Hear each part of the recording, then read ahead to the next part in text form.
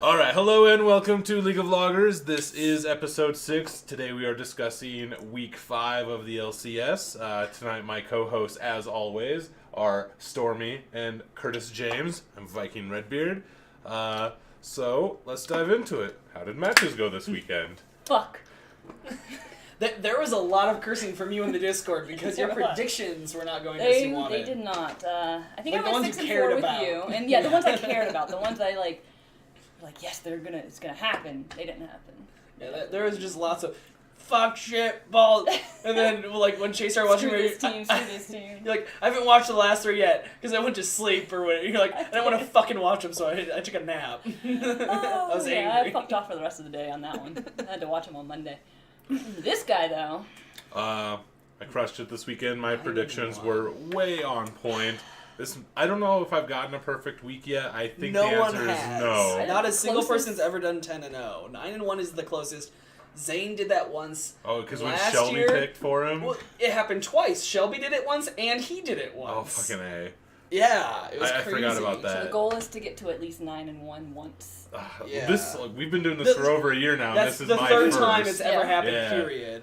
And one time was Zane's girlfriend Shelby just like picked we got her the logos, or we told him the matches, and he brought up the logos, and she's like, okay, this one, that team, partly based off names, logos, and then she's like, I've heard him talk about it some, so like she knew some of the teams that were just like way better. And she's like, I'm pretty sure I've heard you say Liquid's good and Golden Guardians is hot garbage, so I picked Liquid. Things like that. But yeah, oh man. So our overall predictions, though.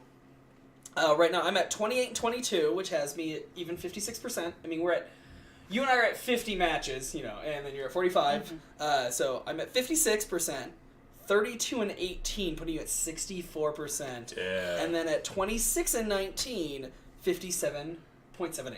Right. So yeah, there's still time to come around. No, you're ahead of me. There's yours is fantastic. More right likely now. for me to shit the bed going forward. Like, it has happened. You're in almost like high territory. That's how well you're doing right now. Yeah, I was doing fantastic. And High had a bad first weekend. day. Yeah. I didn't catch how he did on the second day. Okay, so he did better. He had he one had right 5, on day 1 5, is all. So he must have gone 4-1 on day 2 then. I blame my success is because I betted against teams that I tried to always want to win last year, and they did nothing but let me down. And so right now I'm just like hard into I'm not picking 100 Thieves. I'd rather take the loss in that one than some of these other ones. Yeah. And then Clutch has done nothing but disappoint me. And by Clutch I mean the members that are on Clutch, because I'm not going to blame Clutch as an organization as being the problem. No, I think they made the right choices with their player pickups. Like, they all sounded... Well, okay, I'm going to argue against Piglet and keeping Lyra, but still, like, I think grabbing Hooney and DeMonte, you can't argue with that. No, it's hard to say no to those players. But when those players are producing almost no result, and it's not even like that they're doing really well and the rest of the team around them is doing bad. It's just a couple players I feel like they're the weak spots on the team. Yeah, I mean, we discussed weak spots with both Clutch and OpTic last week because they were both at 2-8 at the bottom of the barrel. So let's actually talk about Clutch a little bit because they did manage to win on day 1. They broke their 6-game losing streak by beating Golden Guardians. They did follow up and lose to OpTic. So those two teams do remain at 3-7. Or no, OpTic went 2-0. But Clutch remains down at the bottom, tied with 100 Thieves now. Coincidentally, this particular match is the one that I got wrong. Yeah, the one you got wrong was... Well, and we all got it wrong, I think. I think we all had Golden Guardians we all being did. Clutch. Like, you guys had jumped on my no Clutch until they win bandwagon. Oh, yeah.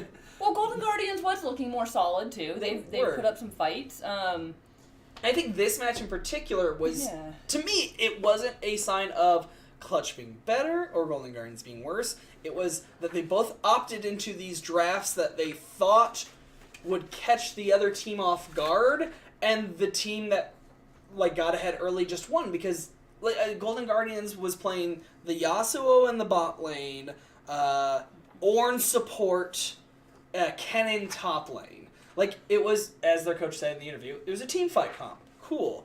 But then you also had Clutch playing the Cassiopeia and Alistar, the Vladimir up top, and the Aurelia in mid. And Aurelia and Was it- lane. Aurelia bot? Vlad was mid. It was Aurelia bot. Fuck. Okay, yeah. So it's Cass top, Vlad mid, Aurelia bot. So hard to remember because it's such a fucked up comp. This is like something you would see in like a bronze match when people don't know what's actually going on with the game. Right. And it became... This guy who looks got- cool. Yeah, it became who got ahead first. Well, Clutch got ahead first on bot, and then the game was basically over after that because every team fight involved Yasuo doing no damage with his ult. And, like, there's one ult under their own turret. He only got one person. It only hit one. I don't know. He must have just not quite been fast enough on the button. The other people landed first. I think his ult is based on how close they are. There is range. But he can hit all of them if he's close enough, and he seemed Well, he was close on this enough. side. So he came into just this one, and I don't think it paired with the back one. Yeah, I he don't must know have just exactly how it not works, quite been but- close enough, or he was too late on it. He probably would have killed the support Maybe. had he gotten the support. And then, okay, he gets some gold, he maybe gets some items, but it didn't happen. He just died without getting anything. And the game just rolled away from him so hard. Him not hitting the other two players allowed them to CC him back, which killed him quicker than he could have possibly killed their support had he been in that ult, right? That's what I'm saying? Yeah. Like, I mean, if he It was gets just some fun to watch. gold, It really something was. happens. And then just after that, it was just every fight was, Wild Turtle doing, or not Wild Turtle, definitely doing nothing, because he had no items to do any damage. And it's like, okay, well, you're Yasuo, who's really far behind in Aurelia and a Vlad. Like, players you can't possibly burst out at this point. Like, the only person on the enemy team that he had any chance of bursting out was going to be Cassiopeia. And she was just playing it safe, because why the fuck would she give him a chance? I mean, she was top lane anyway, so it's not like she was around him for the most of the game. Right. Until later on anyways. Yeah. And then So- she's got like a fucking stack team just right in front of her. you Yep, know? well, and she has the miasma to ground Yasuo, so he can't, like, dash all the way in on her, Just, they had tools to stop it, and it worked perfectly. Yeah. It was fun to watch. I liked it. When it comes down to it, I think if Golden Guardians picks a fucking marksman down bot, they win that game. Yeah, I saw the Yasuo and I was surprised to say the least. I was like, Less than pleased. I was hoping it was gonna be like a mid pick or something not bot. Same. Right. But what I wanted to see. then there were no marksmen that got picked, so I was like, okay, this is gonna be sad and depressing. But I know that we've seen the mage bot lane work well for certain teams in certain situations, but I don't think it's a solid method of trying to carry a bot lane. Like, you have to be very adept at it, because, I mean, the thing is, your team has been playing the same kind of team fight forever. And the team fights are different when you don't have a marksman. Yeah. And I think that really affects it. And Yasuo must be working in scrims. Because we saw it pick twice on day one, and it did... Twice on day one? Yeah, and it did lose, because it was Golden Guardians picked against Clutch, and FlyQuest picked against Cloud9. Right. It was banned the other 3 matches, and on day 2, it was banned 4 of the 5 matches. It was only not picked or banned 1 match all week. Wow. And, it was banned 7 times out of 10 games in the first round bans. It must be working really well in scrims, because otherwise I don't understand that ban. Yeah. It's pretty obvious. And so then you understand why teams picked it, too, because it's like, no, it's dominating in scrims, but we hear this all the time that in scrims players play far more loose because you're testing your limits. A loss in a scrim doesn't count; it doesn't matter. So you're much more willing to do something kind of crazy on Yasuo, and if you get a kill, all of a sudden you're rolling ahead, and maybe the scrim's over. Yeah. And so we keep hearing about this and seeing this where certain picks, and that was the Jace the first couple weeks, is they were saying that too. Jace is actually doing really well in scrims, and just everybody's losing with him on stage. And that's why he was being banned and picked, and it's just Well, so it's got to be then some of the skill shots must be a little bit more difficult to do when you got pressure, or yeah. and teams play differently. They're not playing as far forward. They're playing more defensively. And, Sure. I Yeah. don't know. There's a million little factors, and I would think 90% of the time those little factors don't swing a champion from being amazing in scrims to terrible on stage and vice versa. But every now and then, like with this Yasuo apparently, they absolutely do. Because, we saw him pick that twice, and I think that pick for Golden Guardians, not so much that one. Actually, I really disliked the Ornn support more so. I get their team comp was entirely around the Yasuo. The Ornn, the Lee Sin, the Victor, and the Kennen. Like, the Kennen's the only one who doesn't have a way to engage Yasuo's ult. And I get the comp, but at the same time, it just felt like Ornn hasn't been in a great spot in a while. Like, he does alright sometimes, but if you're looking at that team there, unless they're ahead, he's not going to do anything. And he didn't. He would die before he could hit the second part of his ult. This is also Ole, which in the very first couple weeks of this, I recall watching, he played Ornn, and they didn't do well. And then we saw him win on other supports other than Ornn. Yeah. So now he's back to Ornn, and it didn't go well. Even with a Yasuo, but he only has the one knockup? Maybe two? Yasuo's not, or Ornn's knockups. knockups. He has two. His ult on the second path, and then when his headbutt into any terrain. So it's like, you think it might be a good idea, but it's not going to work like until past 6 for both of you on a champion that needs to be really close to the minions to last hit. Yeah. So I don't think Yasuo in the bot lane is making any kind of grand debut here. Well, and so somebody who I like seeing Ole on is Thresh, and that was really popular this week. They banned it themselves. Yeah.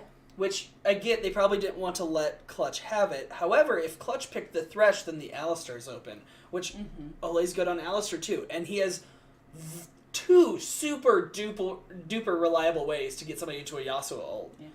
And Thresh has 1 really reliable way. So it's like, why did you opt into, the Ornn rather than the Thresh? I mean, I get it, like, more likely to get, like, a whole bunch of people in a row. But, I know, I still feel like I'd rather take Thresh with the, just what Ole can do on him and getting, like, maybe a priority target in lane to get the hook into the flay, or a flash flay even, or if Clutch takes the Thresh, then you get the Alistar. Yeah. And I would think that's what they were afraid of, was Clutch getting it, because otherwise you would ban the Alistar, right? Yeah. It seemed weird to me. Or even, like, was Braum banned? No, take Braum, and you got the Braum ult. The Braum ult's really... That's 2 shields on the Yasuo. Yeah, exactly. And I just feel like there were better picks for Ole in this situation than Ornn. And that kind of let them down in the bot lane. Who was first picked on that? What was the first? The Yasuo. Okay, the Yasuo. Yeah, the Yasuo, and then Clutch took the Cassiopeia and Alistar, which totally makes sense. Those have been priority picks. And the Cassiopeia looked good this week when she got played too. Yeah. Well, I really liked how Contracts was playing the Lee Sin this week. He looked pretty good on it. I think that he was probably one of the better players on that team, at least day one. Like, he wasn't being dominated by the... Am I wrong? I have a note here that says Contracts kicks Piglets to safety at one of the points. Yeah, dude. Okay. That was Just so you know. It was a miscalculation, and that's when they were already stupid far behind. Yeah. It's just funny that you said you like Contracts. I do like, out of all his team, he was probably on the he made some really big plays, and he made one big screw up. One. But I mean, that's not like that play cost the game or anything like that. So it was just funny. He got riffed. I know that he did some things. So Clutch he did things sometimes. So Clutch ends up getting that win. That they do fall to OpTic. So, I mean, Clutch got a win. Yeah. Was it a fluke? Do you guys feel like? Because I feel like a bit of if these 2 teams don't both opt into the weird shit, Golden Guardians may very well win, and we have an 0-8 streak for Clutch. But I mean, that's not what happened. Or did we see maybe a method in which Clutch can win if they do more of these like non-traditional comps? No, I think that they got lucky. I think that Golden Guardians just played a little bit worse, or they got behind and they just couldn't recover. And so, like you said, once they got behind, the game was over. There was no coming back. And I just think they had a worse team comp too. Like, I think both of the comps were not great.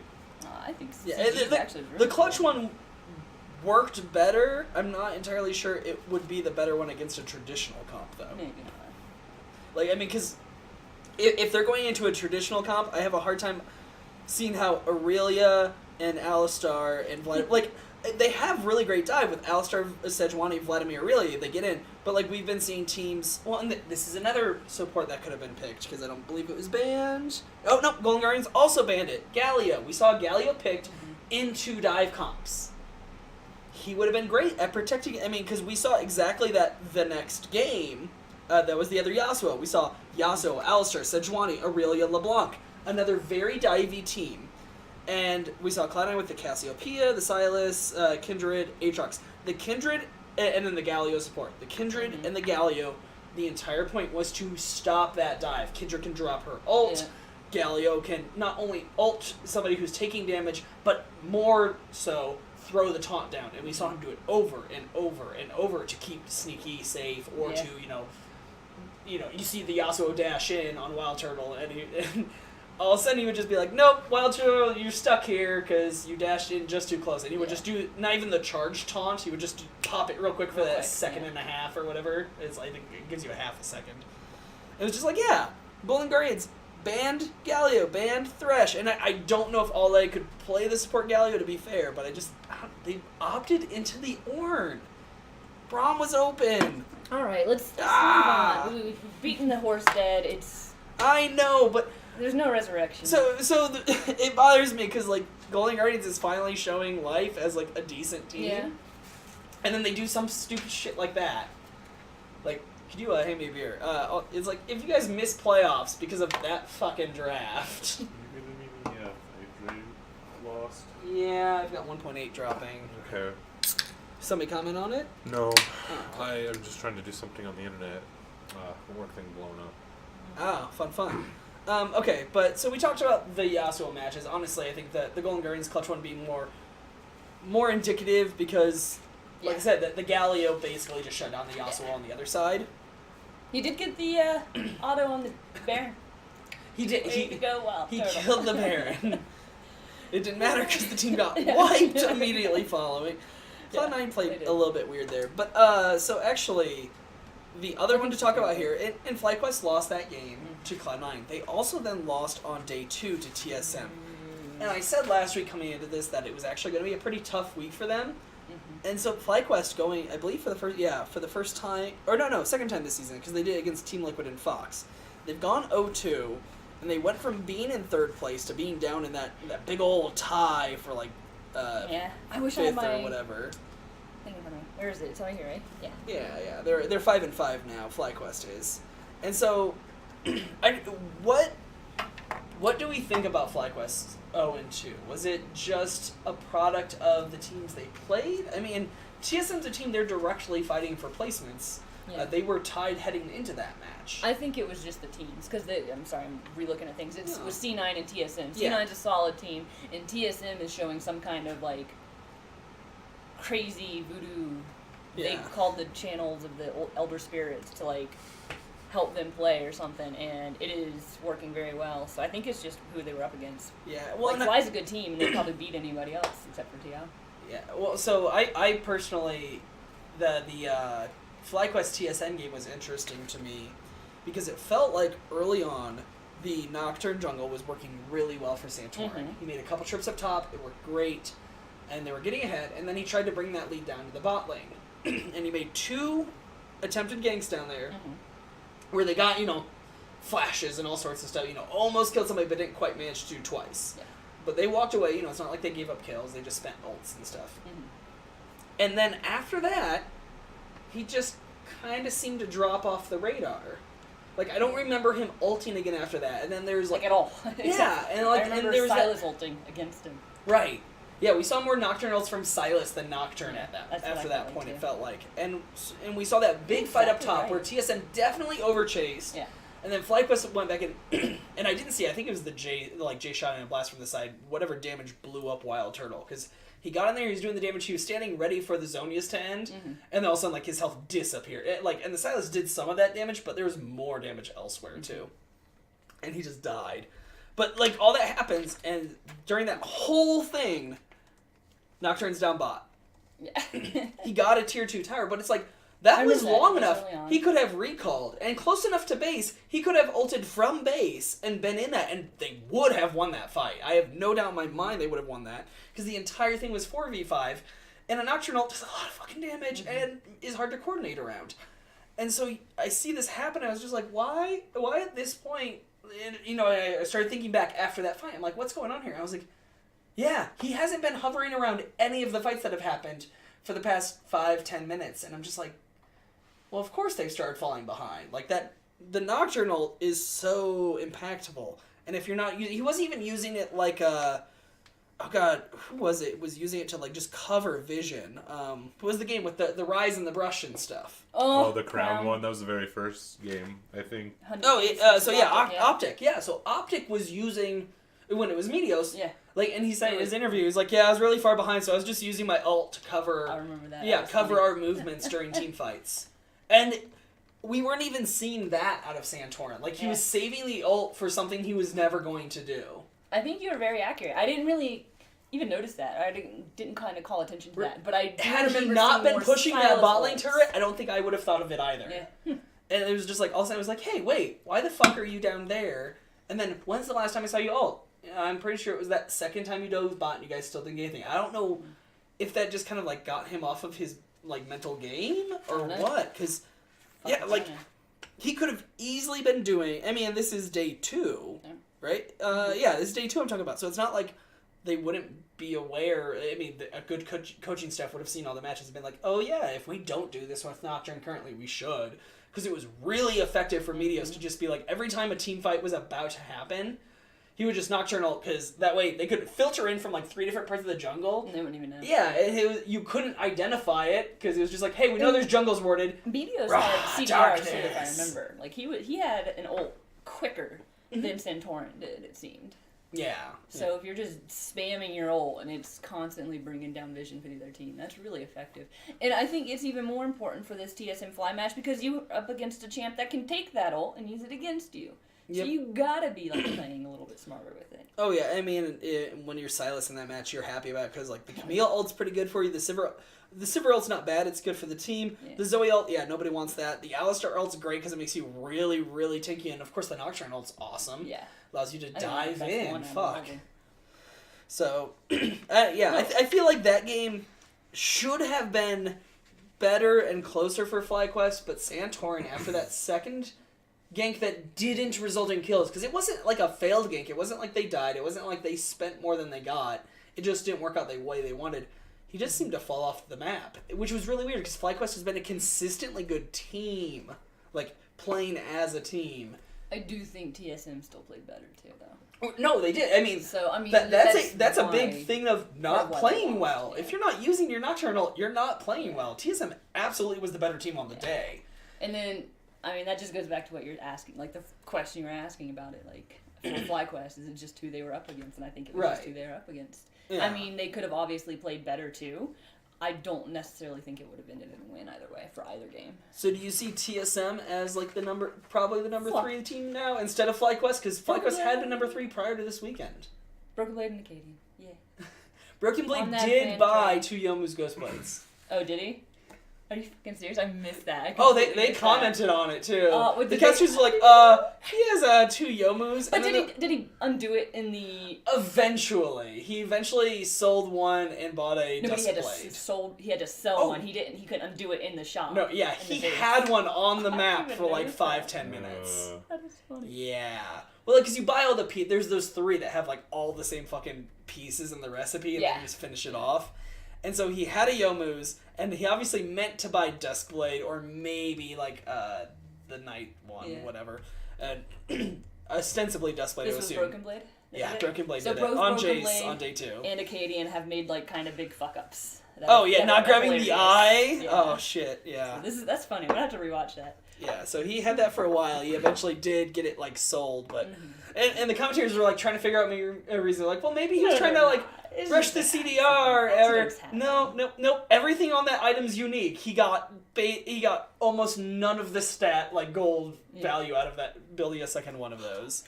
It was so silly. I don't know. I got both of those picks right against FlyQuest. I do think that FlyQuest. I do think that FlyQuest is a good team. And I think they have potential to be playoff material. Potential to be?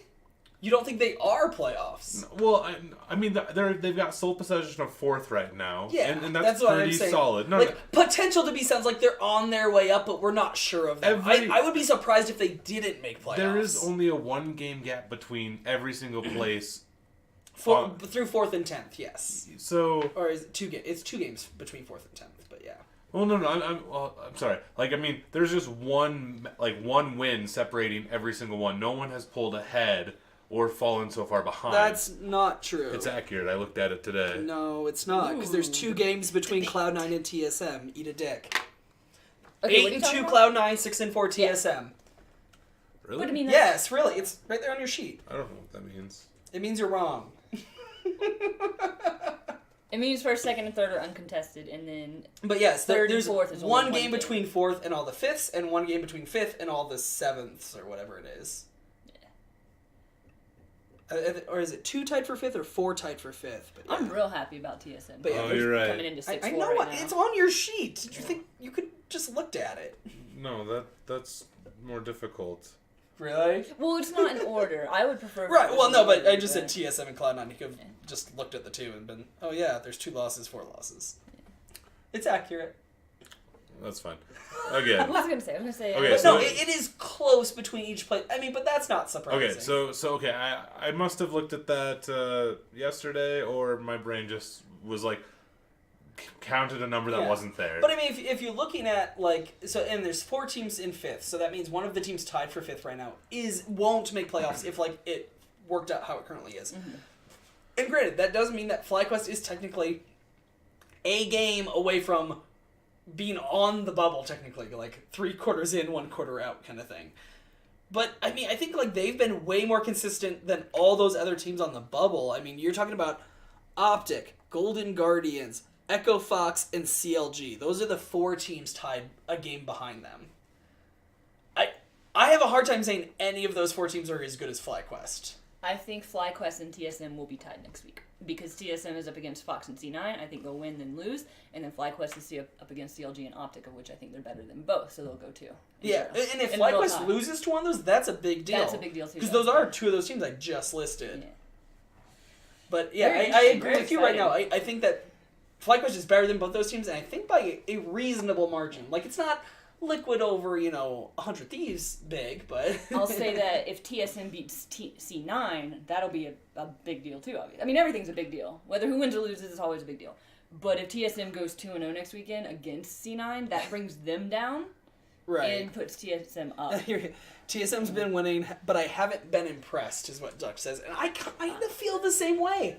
I think they look good, but I haven't been impressed. I agree with that. Because, they're winning against CLG. Granted, they stomped them in that bot lane. Yeah, TSM. But I feel like, yeah. I don't know what was up with... let's talk about CLG right now, honestly. Let's do that. They're 0-2 this week. Mm-hmm. They got stomped hard twice. Once by TSM, which is the fastest game of the split so far. Did I put that in here? I think it was 24 something. It was Probably. it was in the 25th 21 minute they yeah. lost. And then Cloud9 beat them in the 29th minute, I think, or something. And both games, their bot lane got destroyed. Mm-hmm. I don't think CLG's all that great of a team. No. I've thought they were terrible from the get-go. They're definitely super low tier for me. The fact that they're tied for 5th, then they're only 1 game ahead Clutch and 100 Thieves at this point. It's because they got that upset over Cloud9 back in week 2. I think that Golden Guardians is the only one in the 5th and 9th bracket that maybe should be one win up. That's Oh, in that funny. 5th That's grouping? funny because it's Yeah, I think it took them just a little too long to get their feet under them. I think that they've been looking so great these last 2 weeks, even though they've only gone. I mean, they've won 3 of the last 4. Yeah. Well, I mean, you could do them one better. Or wait, no, they've won I 4 of lied. their last 6. Golden Guardians Yeah, have. okay, even better. Yeah, They went 2-0. I mean, they were 0-4. Then they went 2-0, 1-1, 1-1.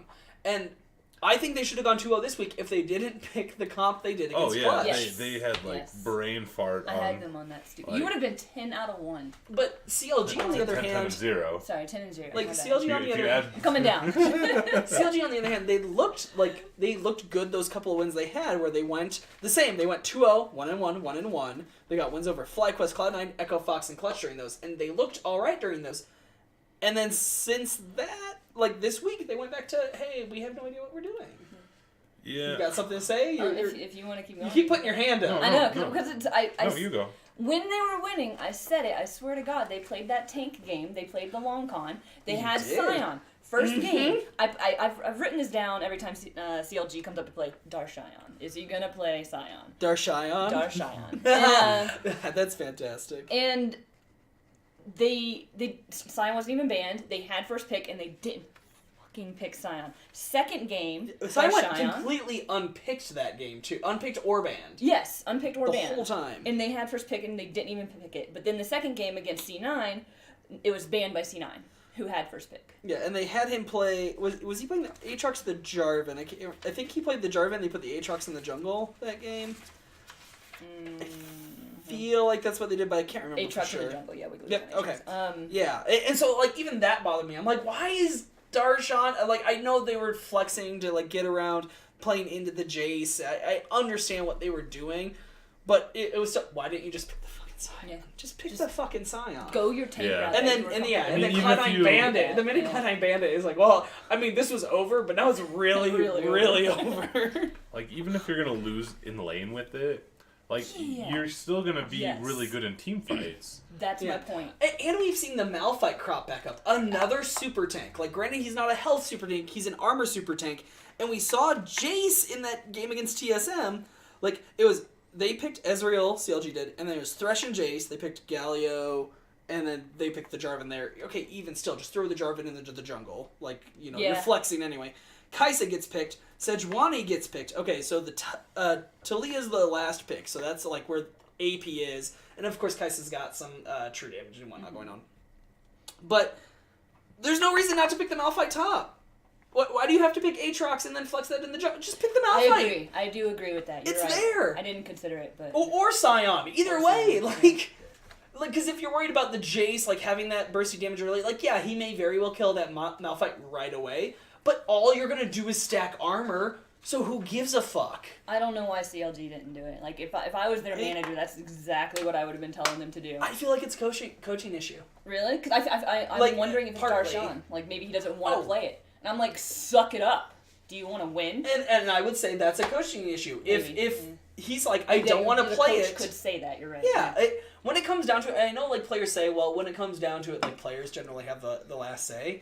But if I'm on a losing team, if I'm coaching a losing team, and I think my players are making the wrong decision, I'm going to say, all right, this week, you all eat shit and you pick what I tell you. Because what you're wanting isn't working. Well, that's when you go to the Academy top and be like, you going to play Scion? Oh, but their Academy top's fallen bandit. I don't know who that is. I'm just played saying, that one game. Scion. He's not good. Fucking pick a person out of the crowd then again, as long as they play worth Scion. Putting back in. Anyone out of the crowd. You, sir. Do you play a Scion, good sir? Turns out it's Dyrus. And he's like, maybe. Well, and there's other tanks that, I mean, into Jace obviously won't work, but like things like Maokai seem like that might be viable. Even if you're gonna lose the lane, like I mean, as long as you don't like give up tons of kills, like if you can go even or stay positive, like play a safe game, the team fight potential I think outweighs like winning lane. Yeah, well, and they didn't even have that 0-5 on that one. I gotta say, the other one. As bad as Darshan seems to be off of Scion, I have to say I can't put their losses this week on him or not being on Scion because bot lane got destroyed both times. Right. The first time you see Stixxay repeatedly get hit by Thresh hooks on Ezreal. Which is surprising. He's not shifting at the right time to either not get hooked or to get, shift after you get hooked so it doesn't fucking matter. Yeah. He's getting hit constantly. There's nothing his support, Galio, can do to stop shit. Like, I don't put that one on Biofrost. I put it on Stixxay getting just destroyed over and over. And then against Cloud9, even though they constantly were getting jungle help, and who was their jungler? They had Jarvan. Yeah, and Wiggly played Jarvan that time. And he was getting down there, and he was helping them over and over. And that was the only thing keeping them from getting completely rolled. Like, because they almost died in a 2v2, and they end up getting first blood because fucking Zazel on his Alistar, he's walking back, he's like, I should check this river brush, even though I don't have ult or flash. Oh, hey guys, Jarvan's down. There's a great video. I guess apparently Reaper does a like VOD review quick, like on his stream. And so he does like just real light review of the games. And he goes, oh, he's this right. He's like, I said to Zazel, that morning, he's like, I said that morning, Zazel, if you get a fight, don't go check Riverbrush. Don't be curious about this bush, okay? And he's like, and I was in Coach's room and watching this live, and I go, he's going to check that stupid fucking brush. I don't remember if that was exact words, but he's like, I said to myself, I'm like, he's going to check, and he walks up, and he's like, oh, I wonder if there's a Jarvan here. Oh, hey guys, Jarvan Bond. Oh shit. You know, again, it's just like, I fucking love Rayburn. I love him so much. But yeah, that's exactly what happened. Like, if Zazel doesn't do that dumb thing, they like get this awesome trade where they get like all 4 sums from the bot lane, they walk the fuck away, they like, you know, get a wave and then reset and do, you know, but like they were destroying bot lane even with Jarvan coming, and Jarvan came bot like 3-4 times. Yeah. And they still won bot lane. Yeah. And so it's just like, okay. I think that's also partly because it's C9 and it's sneaky. Well, yeah, but I mean they lost that to TSM as well. I mean, and not that Sven and Smoothie are nothing by any means. They're both very good players. Just the other CLG game. Oh, the other game. Into TSM. Yeah. Like, CLG's bot lane got completely dumpster fucked both times. Like, it was more obvious in the TSM one because, like, kills were coming out hard. Oh, yeah. But in the Cloud9 game, that Sivir Alistar was way ahead of the Kai'Sa Galio. Not even fucking close. And so, yeah, like, I think this they gotta work on their bot lane and put Darshan on Sion. It's a twofer. Like, it's not just Darshan. Yeah. It's also, don't fucking get threshooked over and over and over again. Oh, yeah. Don't do it. Well, like, in their first game, like, they had PoE on Victor, so, like, there's an opportunity for them to do something, like him to have damage and do shit. Yeah. And then in the loss to Cloud9, he was on Orianna, so even if they did well, Orianna can be huge, but I don't think it's a PoE champion. I think he needs something like a Syndra. He needs something that can destroy a target. Yeah. And granted, Orianna can do that, but she's got to be ahead. Yeah.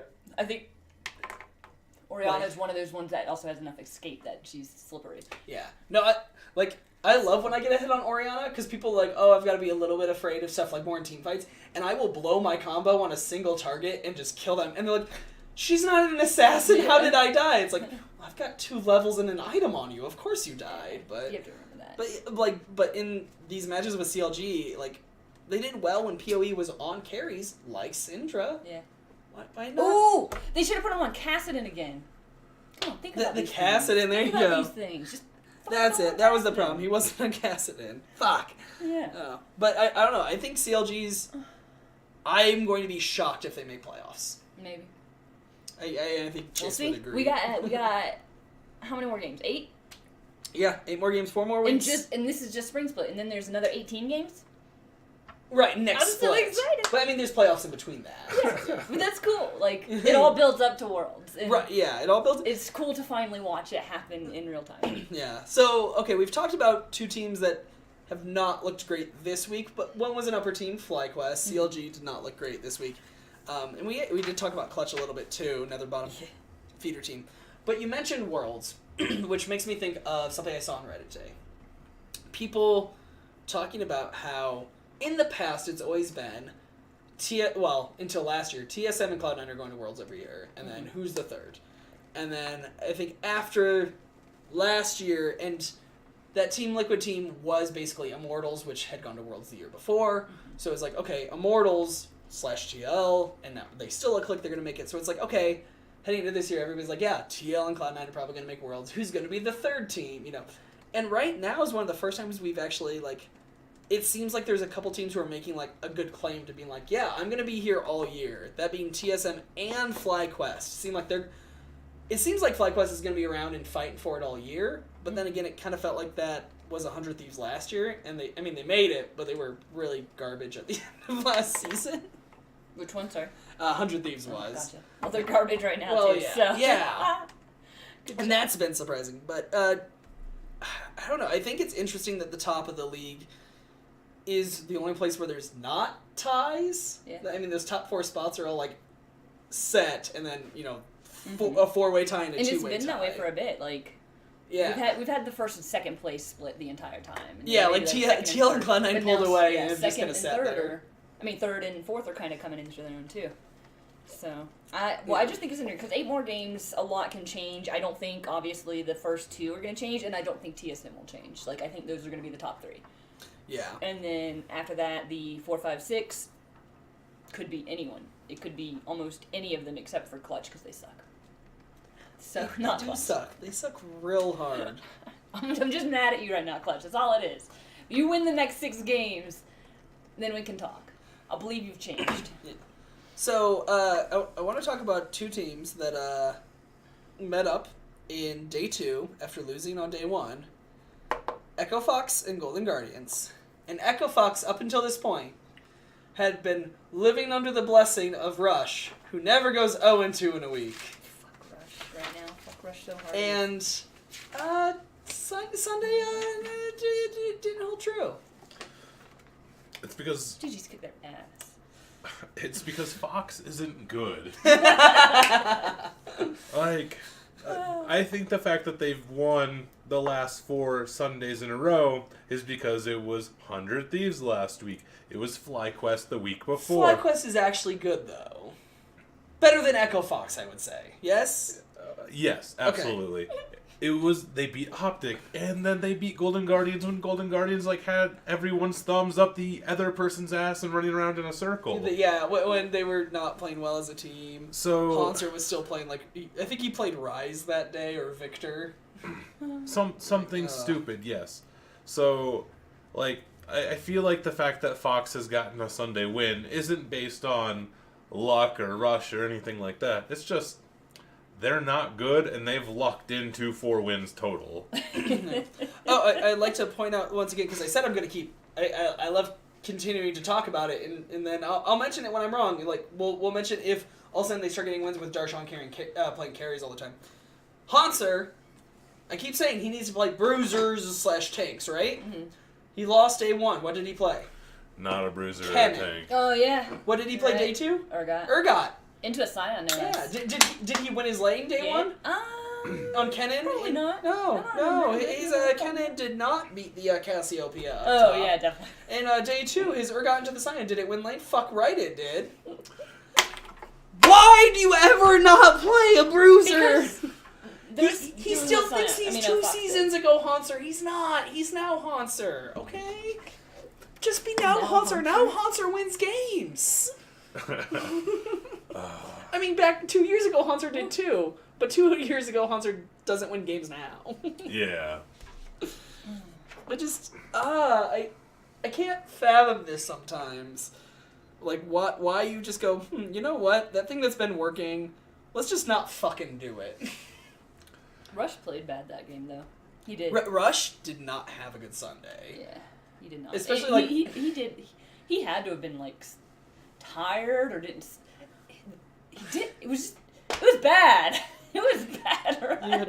There's got to be a reason, right? I gotta say, I found it a little surprising on the day 2 game, the Fox Golden Guardians game, that Kurtis wasn't banned until the 2nd set. And that reminded me, I was like, wait a minute, was Kurtis even banned on day 1 against Clutch? No, it wasn't.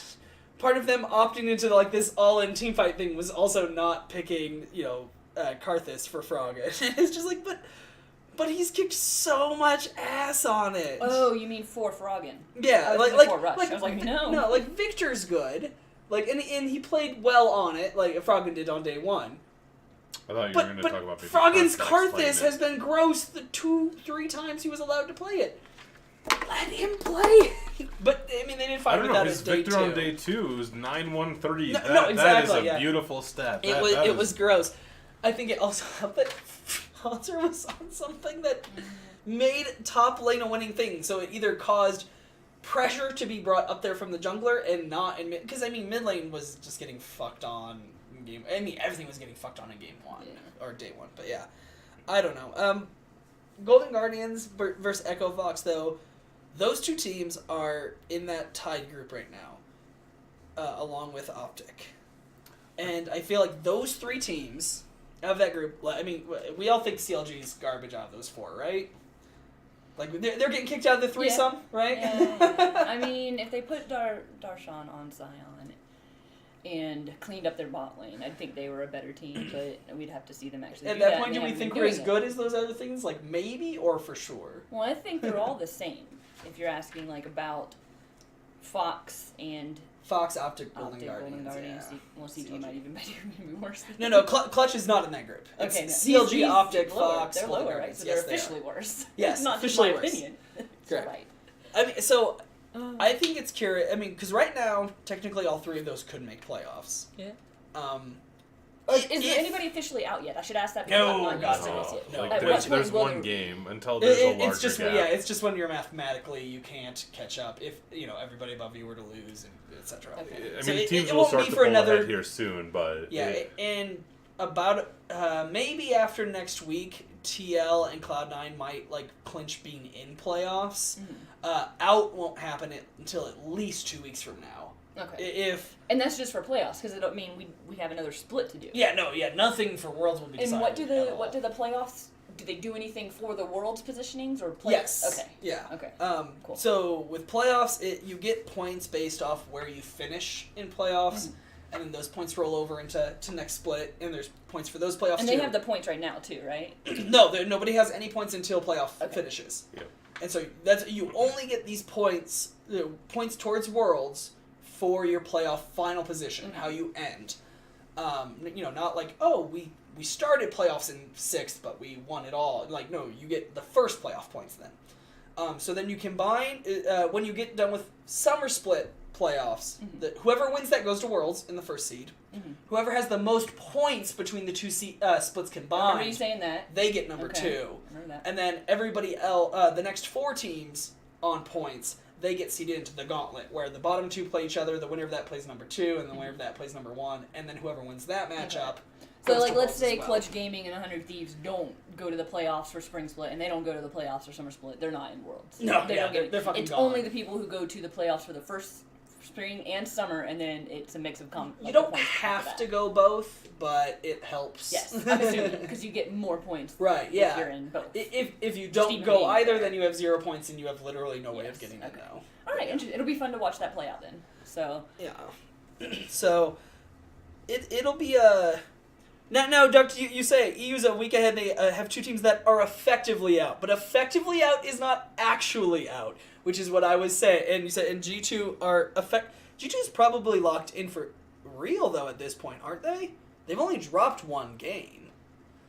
I wouldn't be surprised if G2 actually has a playoff spot secured, but I'd have to double check on that.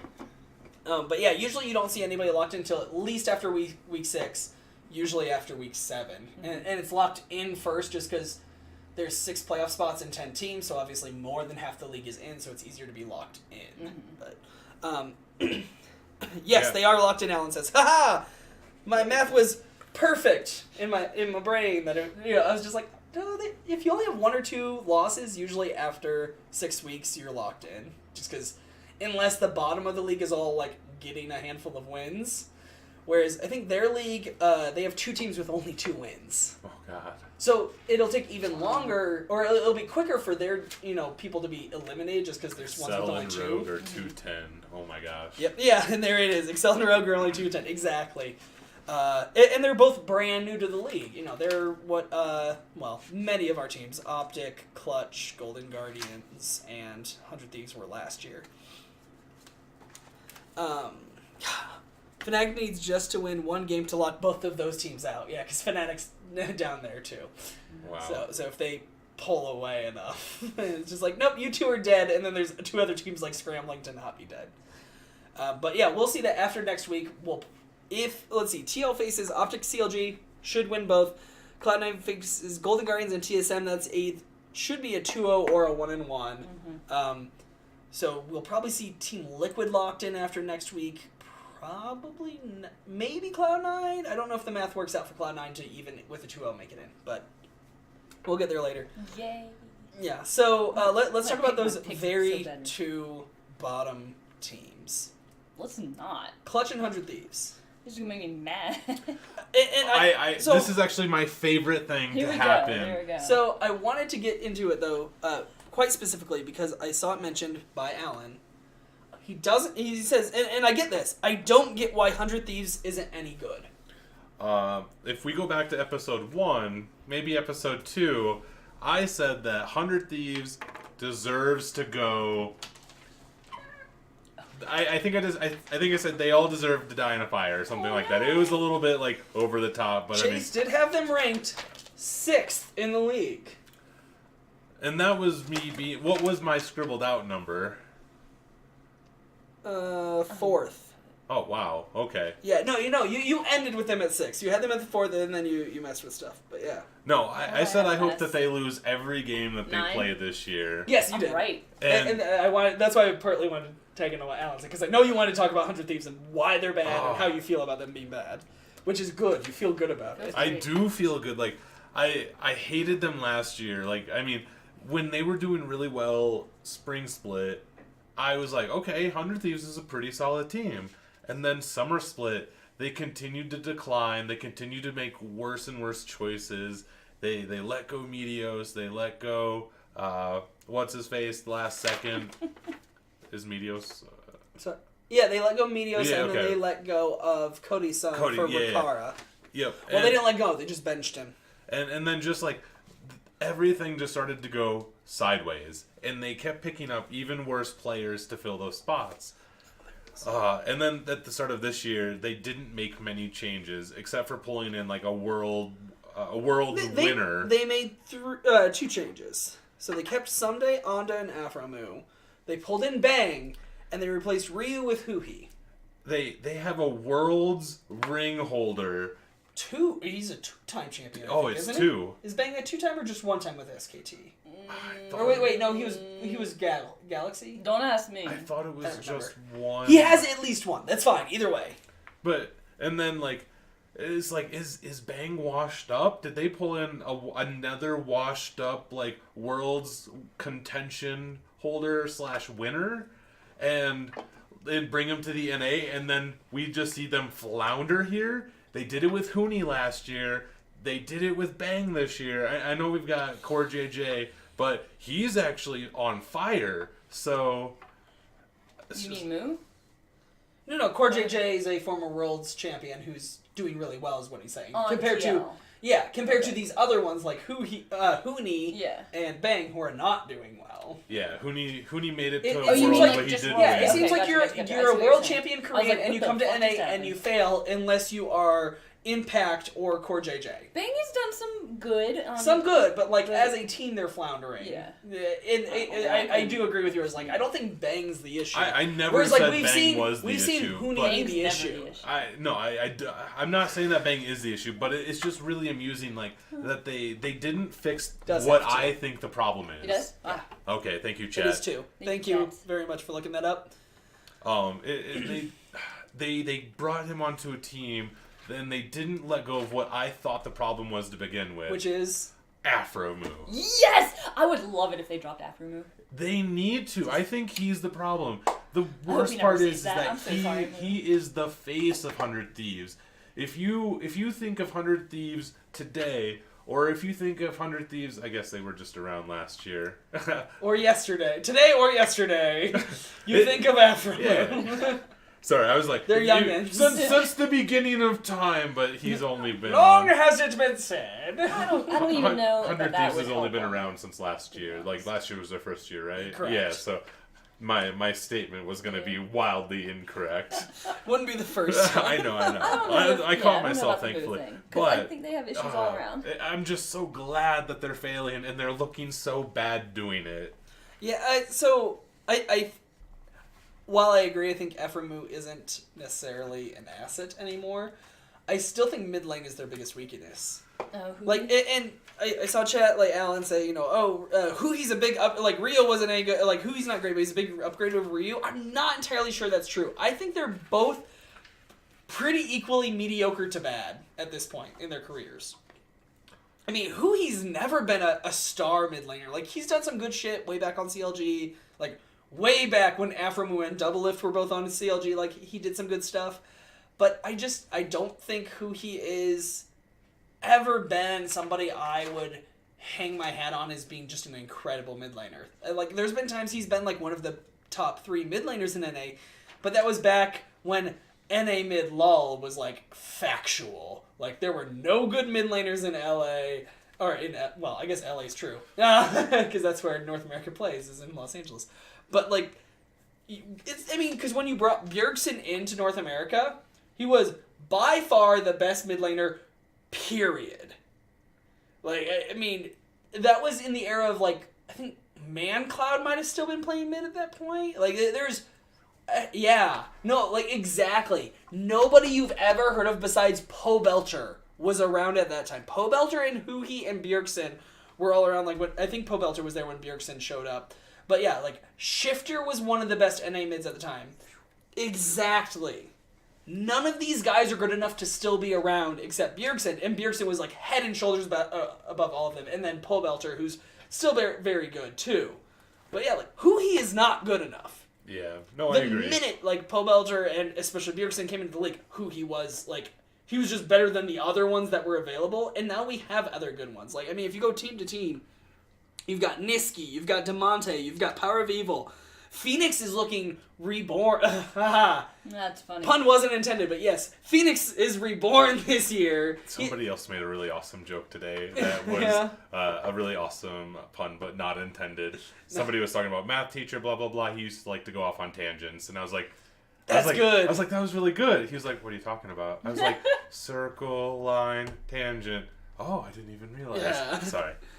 Yeah, oh, Skara. Skara was a premier mid back in the day. I don't remember, like, I don't know Skara as a player back then, Right. but I know of him now. And High. High was another premier mid, but High very quickly, it was like, hey, he's not mechanically good enough. He's just such an incredible shot caller that, of course, you have to I've seen have High play, so... Right. Yeah, so Poe Belcher. Froggen, who's, right now, we're not entirely sold. Like, had a great game, same with Power of Evil. Like, we're half sold. Jensen, Crown, Bjergsen. Like, you name all of those players, I was thinking that Phoenix wouldn't be as good as he is this year. But, like, seriously, do you think he's even close to in the realm of any of those? Poe Belcher, Froggen, Niski, Demonte, Crown, Jensen, Bjergsen, He has Power a of Evil. few, like, bouts of brilliance, and that's about it. But he's not even, like, if what he does on his best days is what those guys do on their middle days. So, since we're on 100 Thieves, I really don't think they should have lost that first match. They threw at the end, in my opinion. That's why I was like... I commented on that. I was like, oh, looks like this team's throwing. Oh, wait, the other team threw harder. Yeah. That was about that game. Yeah. Which game?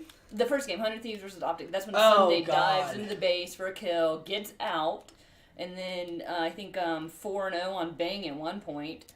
Crown fucks a flash and gives the death to Onda. Basically, like, 100 Thieves had that game for the longest time, and then they just kind of... I think OpTic had the game, then tried to lose the game, and then 100 Thieves lost it enough that OpTic got it back. Maybe. That might be Because it, OpTic yeah. was trying to force, like, backdoor wins when they didn't have to. That's true. Like, 100 Thieves claims the Baron, but only Lysandra gets it, and that's Huhi. Okay. Like, that's... So Kind of Duck Time, I'm glad I'm right that ManCloud was a mid laner. For a moment I questioned myself. I was like, wait, was he a jungler? I couldn't remember. He was amazing Nidalee back when AP Nidalee was still a thing that was just gross. Like, she could build Rabadon's Death Cap and, like, Void Staff. That spear would just destroy you. Like 80% of your health at max Yikes. range. It was stupid. You still see some of those gross. builds in, like, ARAM and stuff, but I don't really see Nidalee played, like, in the normal match, but when I see her... No, her numbers were, like, better than they are now. It wasn't just that, oh, like, the meta doesn't do it. They nerfed the shit out of it. No, I'm sure, but Yeah. I still see Nidalee chunk people hard in ARAMs. Yeah. Because they stack AP. Yeah. So, Dutch has the question, though. Who's the best homegrown NA mid laner? So who's the best non-import NA mid laner? Well, I'm not too certain on So, where people are from. Out of people who are currently in the NALCS, there are 2 mid laners who are actually from NA. Oh, that's it? Just 2? Poe Belcher and Demonte. Poe Belcher out of the 2. That's it. Everyone else is actually an import. That's it. Or was at some point, you know? My comment that game was... And I think, yeah, Poe Belcher. Demonte, I think, actually, possibly by the end of the year, might be better than Poe Belcher. We'll see. I think Demonte is pretty good. He is even really if good. He's on a bad team. That he needs a better team around him so he can grow. Otherwise, he's never going to get better. Okay. That's how I feel. My comment was Crown's bush play was ridiculous and swung the whole game. That was like It was so fun. It was. I was like, it swung the game. They're gonna win it now. Jeez. Ugh. And then I was like, spoke too soon. Sheesh. Opt throwing 2, and then ends with wow. 100T throws harder. I was just like, what is happening here? There's no reason for that. Like, he made a great play. He was hitting the brush, and Meteos threw down just the Nocturne ult to be, as soon as, like, that fight happened, as soon as the Ezreal started TPing top, he threw down the ult so that way they, as a team, couldn't coordinate on the pinch. And it worked, because they just destroyed that fight. But, yeah, it was really interesting. I liked actually the interview afterwards. Media said, "Oh yeah, I was just throwing on my stuff," and they're like, and Avali asked him about that last play, like when and he goes, "Yeah, Crown and Arrow just started talking in Korean, like planning out the fight, and they're just like, keep them busy as long as you can. We're gonna win this." That's so that's all their team was. They were just like using everything they could to like fight them, like, even though, we're gonna lose this fight, but let's lose it as slowly as possible. And so that's why they ran behind the Baron and like to extend the fight, because like it was like right towards the end, like the Nocturne comes flying in they're again. Just like doing all sorts of fucky bullshit, and then you have the what was Crown, it? the base. What were they? What was their Crown was on characters? Rise. Yeah, Rise, and then the Kench were on the Sivir, right? Yep, yeah. So like the Rise TP'd it, and then the Kench and the Sivir show up, and that's what they had been talking about. They're like, okay, I'm gonna go in with my Realm Warp, big, like grab him and bring him in, like. It was just but he's like, they just started like talking in Korean, like making a plan of how they were gonna finish. That's awesome. I didn't see the interview. I love watching interviews. The interviews are fun for me. If I had more time, I would watch them, but I was just trying to get through matches. Yeah, this week was tight for you guys. So we were very busy this weekend, but man, what to talk about now? All right, so Alan said that NA's in trouble international. I'm not very confident even with TL, and I want to disagree, but every single time Team Liquid makes it to a world stage, they just shit themselves. Not even just international stage period, including MSI.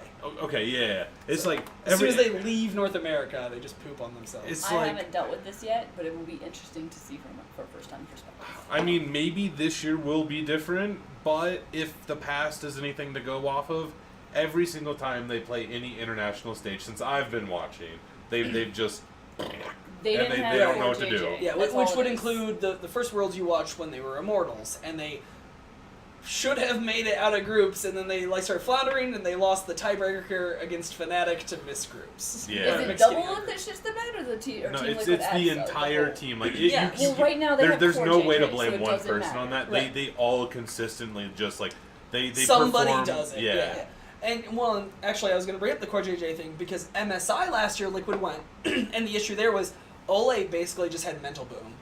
Like Ole, they lost like a game or two. He lost all of his confidence. He benched himself at an international competition for like 2 days. With the way he plays Ornn, well, I feel like that. But definitely this is when he was playing sense. insane. He was playing Thresh and Alistar in NA and just roaming and getting everyone killed. Like he would get bot lane and mid lane 2 or 3 kills a piece by like 10-15 minutes. It was crazy. And then he went to international. They lost like 2 games.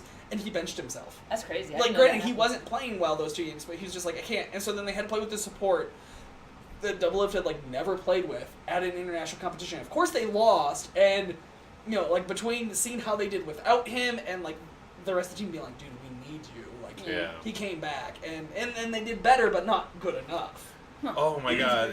Maybe that's the reason why he went to Golden Guardians. He's like, I'm never going to see a world... Like, I'm never going to see an international stage on this team.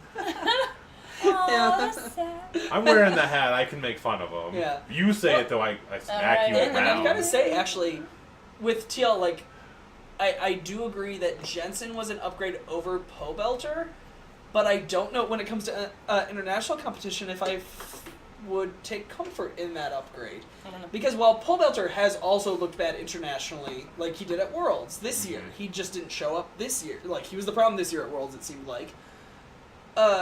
Jensen doesn't seem to, like, dominate at Worlds either. Like, he seems to be he was part of what held Cloud9 back in some ways, it seemed like, compared to, like, Niski. Because Niski seems to fit really well into the team. He seems to be willing to play a lot of random shit. Whereas Jensen, it was like, okay, he's got his Syndra, he's got his Ori. Like, he had a broader pool, and he was very, very good in lane. But he also needed attention, and you could tell he played a very certain way. And it just seems like Niski just...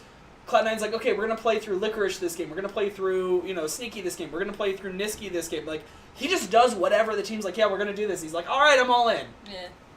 And so I'm worried for Team Liquid if, when they get to International, if, like, say, bot lane or top lane's not going well, and they need to adjust how they play to do that, if Jensen can be flexible in that manner. Because he hasn't, while he's very, very good, and I will never argue he's not, I mean, until he eventually is worse, but, like, currently, I mean, like, he's very good right now. He's not a flexible player. That is not who he is. Well, yeah, so he plays a comp that works in NA, but once you go to the international stage, like, every meta's a little bit different, so if you have to adapt and you can't, that's when you're out. Yeah. So, do we think there's any ability of NA teams to do well internationally? I mean, we saw Cloud9 go to semifinals at Worlds this last year, but that's same story, different chapter. When do they play international? Worlds is too soon. So we there's can't talk the about MSI is between... Well, no. Internationally includes MSI. No, I which said is, Worlds is too soon since my pick'ems last year. I don't want to talk about it. Right, your pick'ems were... He did really bad. Yeah.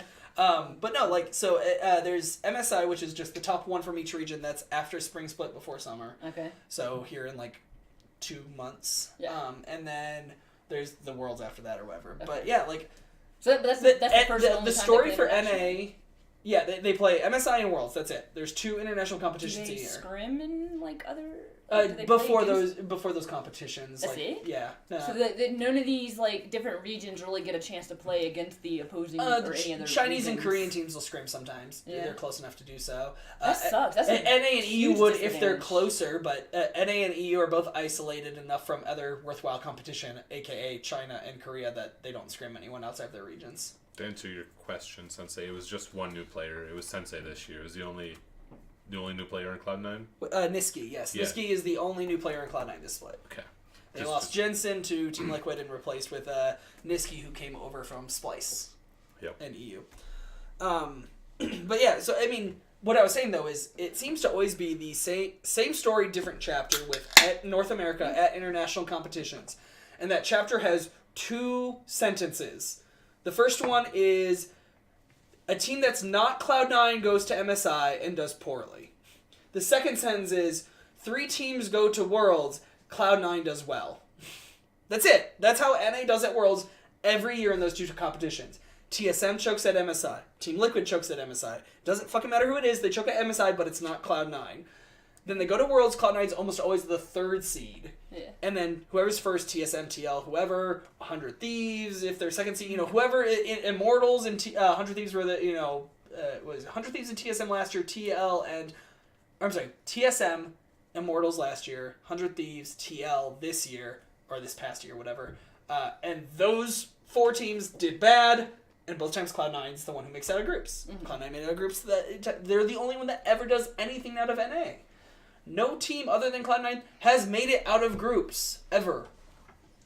Man, I didn't know how any of that worked when I was looking at it last year. Yeah. So I just paid attention to the Worlds. So it's just like, is it going to be the same story, a different chapter right now? Because like, I'm worried that, like, I think Jensen's good and an upgrade on that team, but I'm worried if his inflexibility will hurt them come international play.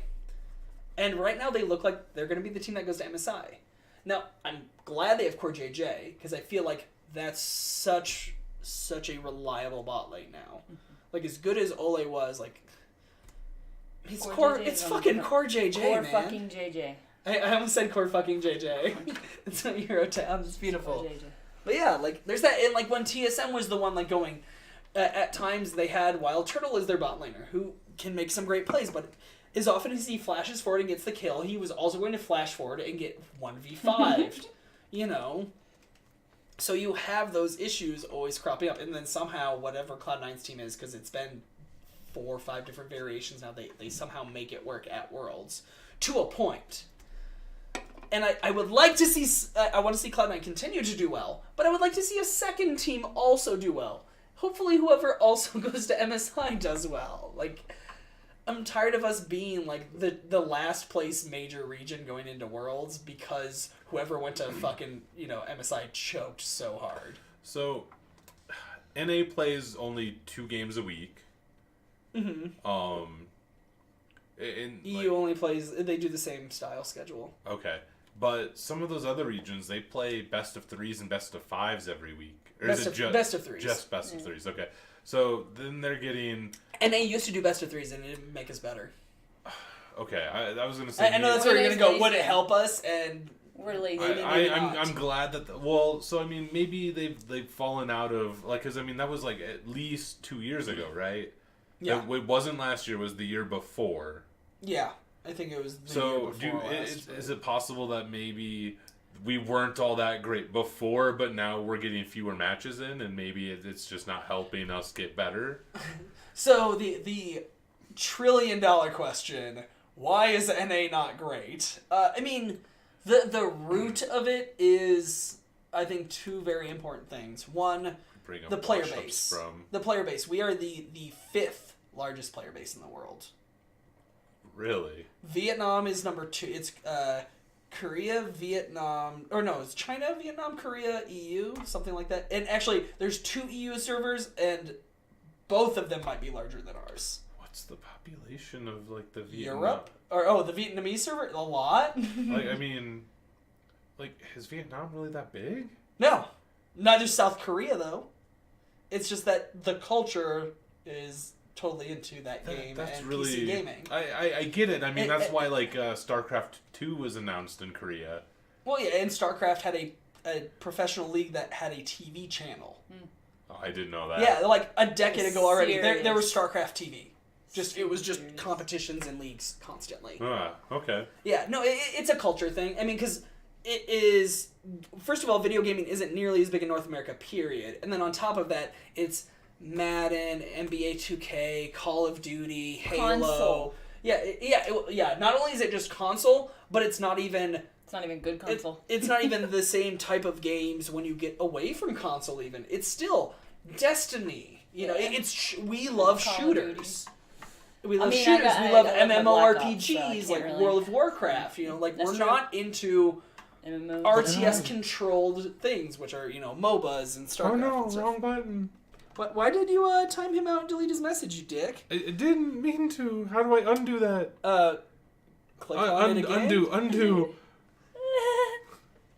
Worst mod ever. Damn right, wrong button. Jesus, fucking. I was trying to find a negative emote, and See, now you spelled Golden Guardians wrong. Wait, what did he say that you deleted though? Can I undelete it? I don't think so. Control Z, undo. There you go. It's undeleted now. It's undeleted. I can't see it. What is it? Just say it just says you're both wrong. Griffin is the best team. Oh, well, yeah, in the world, yes. I found a team called Billy Gaming. Nice. And it's just such, I love the name. I'm sad that the BBQ Olivers are no longer in LCK. It was what? BBQ Olivers? BBQ Olivers? It was like a barbecue chicken joint. Yeah. And it was a black chicken with like a fucking like warrior helmet and like shield and sword. It was amazing. Anyway. What are we talking about? Core JJ. Yeah, well, no, we're talking about NA and international competition, basically. Well, so, like, why is NA bad? One, our player base is smaller, period. Also, we're the most spread out region. NA is Canada and the US, and the US on its own, I mean, like, Canada, granted, almost everybody lives within 300 miles of the US border kind of thing, but... Like, the U.S. is huge. Way bigger than Europe. What does that really have to do with anything, though? Because ping. I guess. So we have fewer players over a larger area with just the one server, which means ping is worse, which is part of the reason why our top of the ladder isn't as competitive. Huh. Also, stream culture. In NA, the best players are more likely to be streamers because they can do so very profitably, because watching streams is huge in North America, and everyone speaks English. Yeah. In Europe, not everyone speaks French, not everyone speaks German, not everyone speaks Portuguese or, Spanish. Like, so your potential audience is fragmented, and, they don't identify with you on a national level. Like, everyone in North America and Canada is like, hey, we're basically the same country. Like, we're brothers and sisters, right? Like, one's got better healthcare. Yeah. One has healthcare. Yeah. And the other one says Duck, Duck, Touché. Grey Duck. So, you know what? Proud to be an American. Duck, Duck, Grey Duck. Hey, at least when the lights go out, I'm not scared. Yeah, right? Sorry. But that's not what we're talking about. No, like, so there's a bunch of factors. And so, like, yeah, you have your top players. Like, if Tyler 1 wasn't making tons of money being, like, a little rage troll, he'd probably be super serious and be on a team. Reformed. Like, Hashtag reformed. He's not toxic anymore by committing. Like, he still does his rage troll thing. He just doesn't, like, do it in chat. Yeah. He doesn't, like, AFK all the time, shit like that. But still, like, he's a good enough mechanical player that if all of his efforts were just like, hey, I want to be the best AD carry in the world, he'd be on a team. Yeah. I would be shocked if he wasn't. No one would pick him up. Well, no, this is assuming he is not right. a toxic... Yeah, but that's not possible for him. Well... It's half character. Because he makes so much money off of every 12-year-old who thinks it's awesome and hilarious. Which is fucking sad. No, exactly. And, like... I think it's part personality, there's too. all these things that, like, stack up. No, it is partly personality, but players like DeMonte are assholes. Or not DeMonte, Dardoch are assholes, too. Is he? I wouldn't know. I guess I don't really know about that. The reason Dardoch has been on, like, 5 teams is because he's a pain in the ass to deal with. Allegedly. See, I know Tyler 1 is an asshole from just his stick and what he is, so I can't imagine that on any pro team. But if you're telling me there's already other douchebags on teams... If OpTic wasn't so garbage, I probably would have followed Dardoch. Yeah, and so, like, there's lots of reasons, but those would be the big 3. We have a smaller player base. It's more diluted for many reasons. Or, I'm sorry, the big 2. It's bigger or smaller player base, and it's diluted for many reasons, being... space and streamers and all that kind of shit. And so those 2 things, you go from going, okay, like, this is where everybody is. Well, we only have this many people.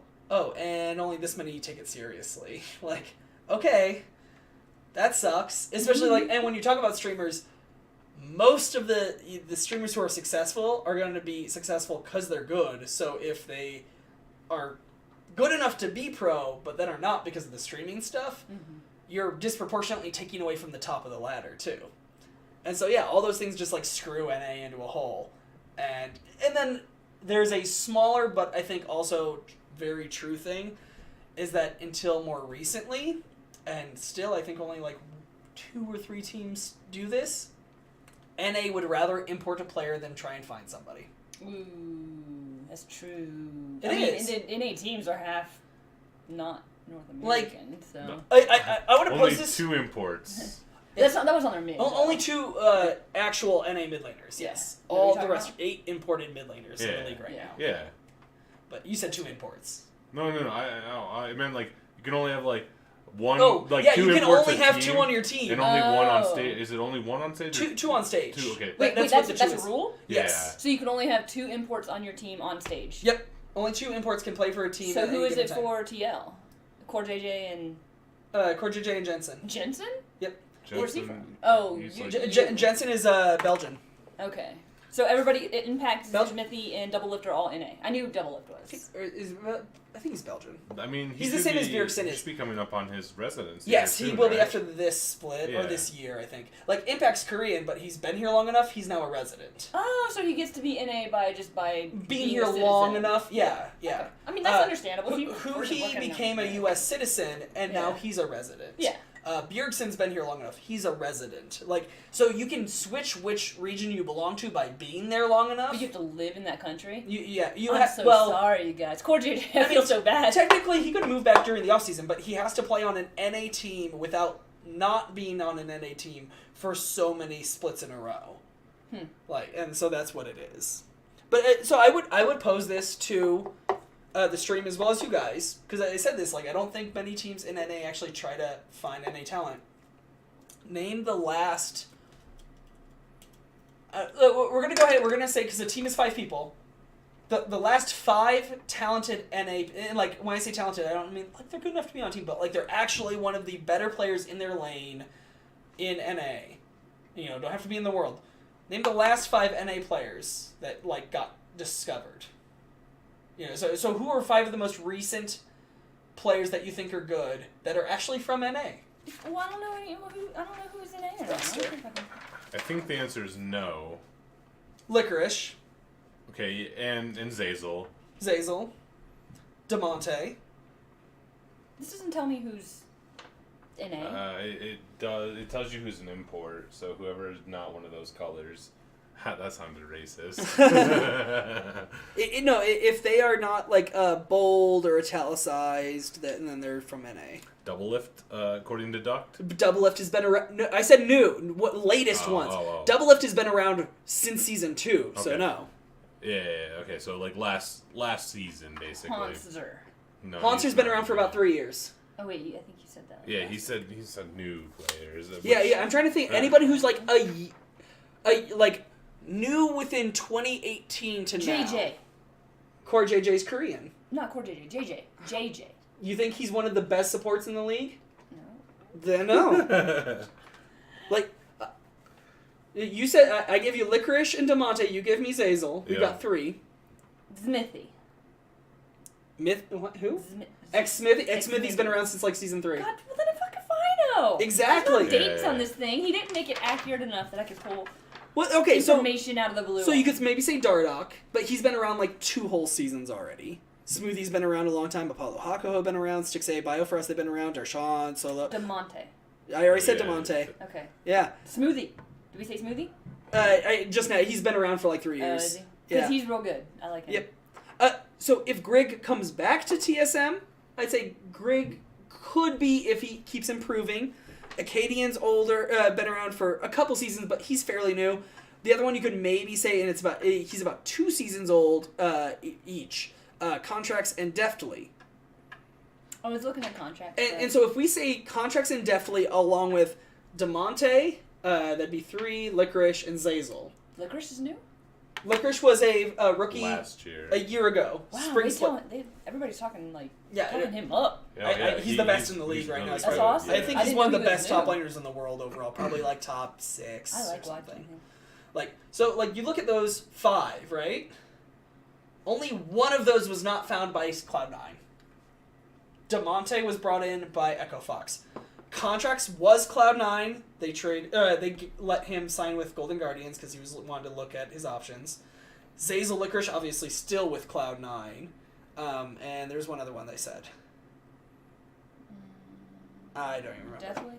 Oh no, okay, I'm sorry. So there's 3 of the 5 I listed. Yeah, because Deftly came in from Gold Coin United, which didn't make it up into the league. So yeah, there's 2 players, Deftly and DeMonte, who are not Cloud9. Out of those 5, they probably got eliminated just because their name is fucking garbage. No, they didn't quite win in the promotion tournament. They were really close. And their name is terrible. Oh yeah, no, it was bad. What was the name? Gold Coin United, GCU. It was them and Manchester United? No, it was another like soccer club sounding one though. Yeah. And so we have these. There's a lot of other okay players, but like when you look at who are some of the best in their lane, like it's Licorice, DeMonte, Zazel. Yeah. And maybe Wiggly around a better team will show to be really good too. Guess what? Well, he came from Cloud9's academy. Cloud9 is almost the only team who puts any fucking effort into bringing in players USA. in NA. Oh wait, no, we're Well, but that's the other thing. You're like, why is NA not better? Because 1 out of 10 teams gives a fuck about trying to find regional talent. Yeah. Like on That's a regular interesting to think basis, one team gives a fuck. I never did. So how are all these other good players supposed to ever get a chance? Like, there's other good players out there to be found and to be brought up and trained. Well, I think but you know what? We'd rather fucking import. And Cloud9's not free of that. They imported Niski because they were like, oh, short notice, we don't have another mid Niski, Yeah. And they have Golden Glue on the bench, but they want somebody to compete with him. And they brought Niski. Well, I think like you were talking about, like, how many of those streamers do you think make more... Like, some of the really good players, they probably make more streaming 7 days a week or whatever than they would playing 2 matches a week on stage and just a ton of scrims. Oh, yeah. Tyler 1 makes more than the bottom half of the... I mean, all the academy players for sure. Yeah. There's no way in hell he doesn't make 6 figures. Are you serious? I don't I'd even be wanna very think about surprised I mean, if he made less than 200 grand. Yeah, and to be fair, Like, the league minimum 75,000, but still. Like in Tyler 1 might make more than that. Like I think that is like somewhere between like 150 to 200 is like probably pretty safe. Yeah. So I mean, I just think. I mean, those are 2 factors that play into already the small player base, but Who pays it? Their the players teams, the players do, or the No, players no, are. no. Who pays Tyler? Tyler 1? donations. He's Well, got yeah, sponsors. there's donations. Everybody who subscribes to him on Twitch, he gets a portion of that revenue. $250. Ads right? that, well, so I partnered, I think they get individual, especially partners, I think they make individual deals with Twitch. Okay. Like somebody who's affiliated like we are, whatever subscription somebody does, we get half. So if it's the base $5, we get the $250. Okay. So, but yeah. And there's also multiple tiers to subscriptions. There's like Right, the there's a $5, $20 sub, and we would get $10 out of it. Mm-hmm. But so with partnered, there's a different ratio, I believe. But also, I think that the top people like, Ninja, Tyler 1 at a point. I don't know if he's still on the top. Probably still is. I think they work out special contracts, and they also get ad revenue too. So they get And then paid, they have paid by sponsorships Twitch, personally. and then mostly by people, and by people like the Yeah, they have multiple revenue streams through just their streaming, basically. Yeah, because there's the Twitch stuff, which would be subscribers and ad revenue, like ads that actually play, and bits. So there's those coming from Twitch, and then there's direct donations that people will do. Click the donate button and whatnot, as well as them doing sponsorships. Like when you're showing shit in that little block, that somebody's paying you to put that there. What do you show in the blog? Just like an ad or like a it'd be Alienware, and it's like, oh yeah, wear an Alienware headset all day. I know and, that. And that's why State Farm Analyst Desk is called State Farm Analyst Desk, Right. because State Farm paid for it. Exactly, yeah. and So it's that's what it is, similar, essentially. Yeah, sponsorship. Straight. That's It's a like sponsorship. Coke could be like, here's $50,000. We want this in the right hand box. Yeah, 90% of the time. if I was a top streamer and I could approach somebody like say Monster Energy Drinks and say, hey, I will drink only your energy drinks on air. Like you will be. I will never put up. Grab a Red will Bull. only throw them up after I'm off stage. Right. But it's like I won't have a Monsters Red gross. Bull. I won't have Jolt. If I get anything, balls, whatever. It'll only be Monster. And I won't drink soda. I'll always have like a can of it or whatever. And I, in my little box that goes through ads, opposite of my face cam, I will put your logo, this amount of time, every this amount of time. And in exchange, what would you pay? And they'll say, oh yeah, we'll give you this much money a month for that, and we'll supply you the product. Because the product costs them nothing. Life is so weird. Yeah. Life is so weird. That's what we call capitalism. Yeah, but I mean, that's the thing, like, if, like, Yeti were to be huge, League of Loggers, we would just ask a brewery to sponsor us. Absolutely. Like, I would drink Coors Light every week if they gave us money to do so. If they paid me $1,000 a month to drink Coors Light one day a week... I guess that's true. I would only drink the one beer, but... No, if they would give us Coors instead of Coors Light, then I'm good. Oh, true. Yeah, no, it would be from... Whatever. Yeah, we could have old man Coors. You're right. And then that opens up to the Blue Moon side of things, too. Oh, okay. Right? Yeah. You can always upgrade, right? Yeah, we could rotate. We could do Banquet one week, do Blue Moon the next week, It would just be different Coors products. Coors, please sponsor us. I like... And we would just be like live from Denver, Colorado, home of Coors Brewing. That's true. Except it's golden. Oh, whatever. But it's right there. Yeah. We can see it. It's Yeah. good. Look out the If window. you squint towards the mountains, you can see golden Colorado. That train's real, actually. You can hear it when you get up in the morning. It's not real. Oh my god, that's crazy. So I mean, those are things that keep NA from being good. Among other things, like we're just bad. But the biggest one, server population. I mean, because it's like why is North America have most of the best basketball players in the world? Like we import some from Europe and whatnot into the NBA. but it's because we have more basketball players than everywhere else. Why is why is the U.S. so bad at soccer? Because all of our kids play other sports. Like, while we have a big population, we don't have a big soccer population. If we played soccer at the same rate every other country in the world did, we'd probably be a top 4 team on a regular basis. Like, there's a reason for that. Soccer's an insane sport. You have to be able to run around for 90 minutes continuously. I love it's a dogma. Is mass genocide is the second most exhausting activity one can participate in, next to soccer. You remember that? Yeah. It's It's right at the beginning of the movie. It's Angel's talking to a nun in an airport. yeah, soccer is terrible. And, like, with other sports, it's like, you just have to be, like, tall and lanky and you can run back and forth for, like, 5 minutes at a time. Yeah. And then, like, football, you get to be, like, 300 pounds and muscular, or not necessarily even You bust ass for 10 seconds, you wait 30, and then you do it again. Yeah. There's regular breaks. You can be scrawny and kick a ball. Yeah. As long as you hit that ball far. Running around for 90 minutes sounds like my it's nightmare. the This is my nightmare! Do you remember that? No. That's from I Love Oh, You, Man. yes. This is Going golfing sorry. with a woman. Yeah. I can't. I thought about it then too, because tangent, obviously nothing to do with League right here. When I was watching that movie and that scene happened, I'm like, golf sounds terrible. Like, Golf is would be fun to so play, bad not at to it. watch. oh my Golf can God. also be It's fun to terrible drink, play. too. It's fun to drink and do. I don't know. Out in the sun, hitting a little ball.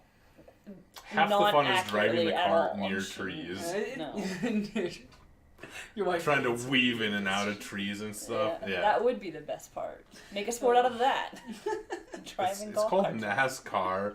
It's with cars, though. That's too It's- dangerous. I need the bumper car version of it. Golf carts, so it's not, too childish, but not as fast as, 200 miles an hour. Oh, okay. Yeah.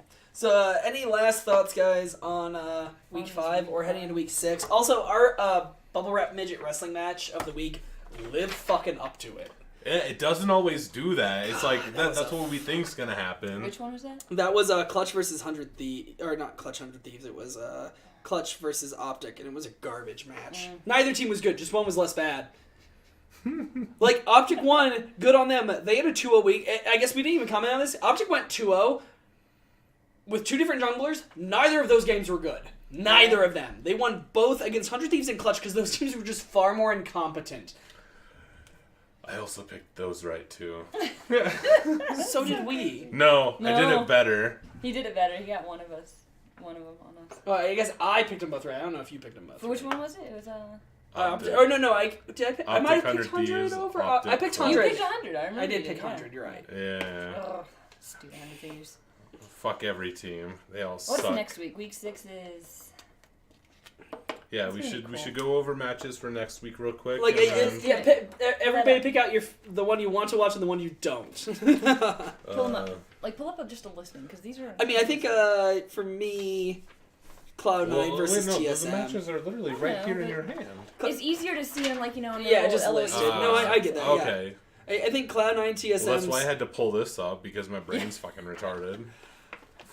Cloud9 TSM is probably the best match of next week. Like the best 2 teams, I guess I should say. Uncheck. I am really interested. There was one other match I was really interested to see. Okay. That one's gonna check again. Was I thought there was one There other we one? go. Maybe not. Okay, so that's maybe not. Saturday, March 2nd. Okay, so this But is... Clutch and 100 Thieves play next week, and that's gonna be another fucking garbage dumpster fire. Oh my god. Orgy. Really? Wait, didn't that just happen? No. No? It's I feel very like it just possible it happened. could have just happened because No. we are now on the swing where you can start playing the same teams They again. played back in week 3, Okay, alright. so it didn't just happen. Well, just They were just so happened is 3 relative. weeks ago. You know what It it did not was? just happen. It was 100 versus OpTic. Yeah, no, and then it was just CG one of the versus other garbage OpTic. teams. Yeah, It was the bottom 2 That's teams what it played was. last week, but one of those teams won 2 games. Yeah. So now there's 2 different, one different bottom team with 100 Thieves, Well, which is now definitely Clutch. going for TSM. Go back up there, and then C9. Or no, now it's 100. It was Fly, Clutch definitely. Okay, so that one is contingent on whether or not Scion is banned and Darshan, but I'm still gonna pick Wait, you said Fly? That's not CLG. It's Fly versus CLG. Oh, you're pointing out that as one you want to watch. I'm sorry. Yeah. I thought you wrote TSM Cloud9. These gotcha. are my picks, basically, just overall. And then obviously Team Liquid, but the first one... I think the good game to watch is definitely to see if TSM, they beat FlyQuest. Can they get close to Cloud9? I really hope that the Clutch 100 Thieves game is the bubble wrap midget fight. Oh, absolutely. It's gotta be fucking... Just like the shitty Magic, match? yeah, like the bad, dumb... The teams that have been performing really poorly... It is the one that you think will most look like two short people with tiny fucking limbs... wrapped in bubble wrap so they can't fucking... It's like the kid from A Christmas Story. I can't put my arms down! Well, They've got the gladiator batons. No, because they couldn't hold it. Exactly. No, but that's why and then they're trying to wrestle, so they're just like... And they're just rolling around the ground next to each other. It's awful. Are we in agreement, though, that it's CG versus 100 Oh, Thieves? absolutely. Who do you even fucking pick on that one? Can you just leave it blank and I said I wouldn't pick Clutch until they won again. They have won again. I'm allowed to pick Clutch now. I'm voting against 100 Thieves every single chance I get. So we're going for Clutch. I don't know who I'm getting, but I think. Actually, you know what? That's good. Is there any argument that those aren't the best and worst two games? Because I don't think they're. Wait, what was the best one again? Cloud9 TSM. Oh yeah, that one should be good. Because that's on day 2, though. Yeah. That's on day 2. just in general. Of the week. Oh, then that'll be the.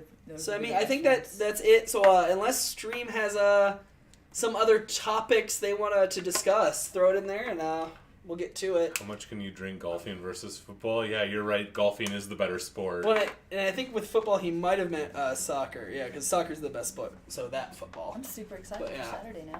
No, yeah, absolutely. Although if you're a fan of soccer in Europe, you are the drunkest sports fan in the world. They get so shitty. All of a sudden she's like, I would like to be a soccer fan in Europe. I can drink a shitload of beer without being a fan of fucking anything, so challenge accepted. Can you do the thing where you just open your throat and it just... No. I can chuck Only with penis. I can chuck in a beer really well, and I can drink solid. beer pretty well. I just can't open up my throat. Okay. Alright. If you hand him a bratwurst, he can chug it, but it's in not his a stomach, beer. Oh, I was thinking one of those linked ones, 3 deep. I can get all of those down. Wait, except for the last one, and then you ripcord it, right? It's the same way you use anal beads. I like to tickle. It's like starting a lawnmower. I like to tickle the back of my throat.